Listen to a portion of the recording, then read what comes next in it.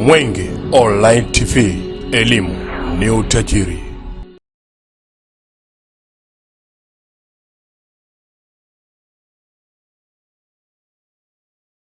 Mkuu wa kitengo cha usimamizi na tathmini makao makuu ya polisi Zanzibar, naibu kamishna wa polisi DCP Alute Makita amewataka watendaji wa dawati la kijinsia na watoto kutumia taaluma zao kuhakikisha wanashughulikia ipasavyo na kuwapa msaada wahanga wa udhalilishaji wa kijinsia na ukatili dhidi ya watoto.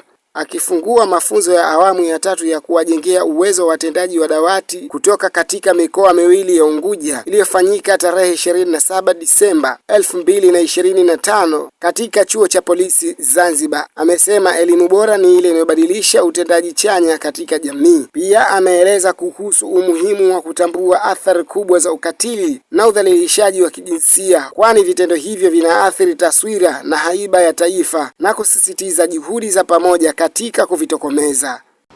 Leo tunakutana hapa kwa ajili ya kufunga mafunzo haya ya msingi ya kuwajengea uwezo namna ya kushughulikia kesi za udhalilishaji wa kijinsia na ukatili kwa mtoto, ambayo ilianza tarehe 22 mwezi wa 12 hadi leo ndo tunahitimisha. Kwa hiyo umejifunza mambo kadha wa kadha: maana ya udhalilishaji wa kijinsia na ukatili kwa watoto, sababu za udhalilishaji wa jinsia na athari zake, majukumu ya askari wa dawati la jinsia na ulinzi wa mtoto, makosa ya kimtandao kuhusu udhalilishaji, lakini pia viwango vya kimataifa juu ya udhalilishaji wa kijinsia na ukatili kwa watoto. Nimejifunza pia ujazaji wa PF3. Ni matumaini yangu kwamba baada ya kupata mafunzo haya tutaona mabadiliko ya kiutendaji, kuongeza ufanisi na hatimaye kupata matokeo chanya kwenye kesi mbalimbali zinazoripotiwa kwenye vituo vyetu. Naye afisa hifadhi kutoka shirika la UNICEF ndugu Ahmed Rashid Ali amepongeza ushiriki mzuri wa watendaji wa jeshi la polisi kutoka mikoa yote 5 ya Zanzibar. Amesema kuwa ushirikiano kati ya UNICEF na jeshi la polisi umekuwepo kwa muda mrefu na kinachoshuhudiwa leo ni mwendelezo wa juhudi za pamoja kupambana na vitendo vya ukatili na udhalilishaji wa watoto ili kuvipunguza na ikibidi kuvitokomeza kabisa katika jamii. UNICEF haikuanza hapa kushirikiana na jeshi la polisi. Tumeanza zamani, tangu kuja na idea ya kuanzisha madawati.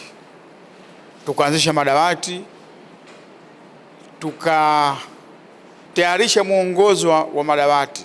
Ni kwamba mafunzo haya sasa hivi ni uniform Tanzania nzima. Popote utapokwenda utapata mafunzo kama haya. Katika kila taasisi kuna manual ambayo ni mahsusi kwa ajili ya taasisi ile husika.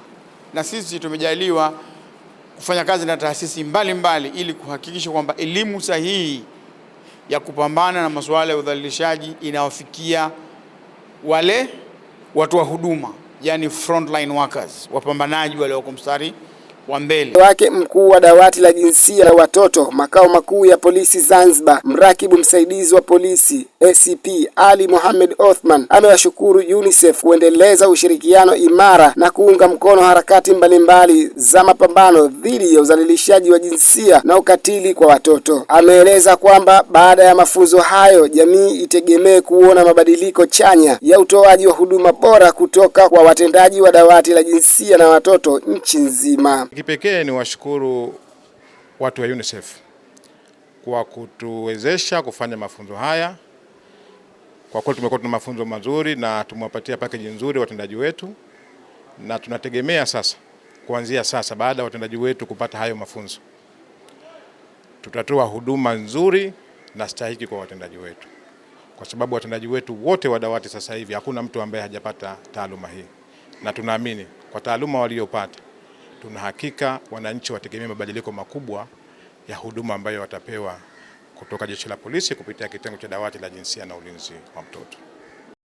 Akitoa neno la shukrani kwa niaba ya washiriki wa mafunzo hayo, mkaguzi wa polisi Diubwa Rajab Salum amesema kwa ujumla mafunzo aliyoyapata yameongezea ujasiri na utaalamu wa kupambana, kusimamia na kushughulikia makosa yote ya udhalilishaji na ukatili wa kijinsia ili kuhakikisha haki inatendeka kwa pande zote. Haya yametoka ndani ya siku 5, lakini ni sawa na kama ni mafunzo ya miaka 2, kwani tumepata mambo mengi ikiwemo makosa, kutambua makosa, jinsi ya kufungua makosa, lakini pia jinsi gani tunapungua taarifa hizo, jinsi gani tunawapokea wahanga na jinsi gani tunawastiri wahanga, lakini pia tunawapa haki gani watuhumiwa pale ambapo tunapowakamata. Tumejua kutambua makosa hayo pale ambapo dawati la jinsia na watoto yanapopokelewa na vipi tunaweza kuyafanyia kazi.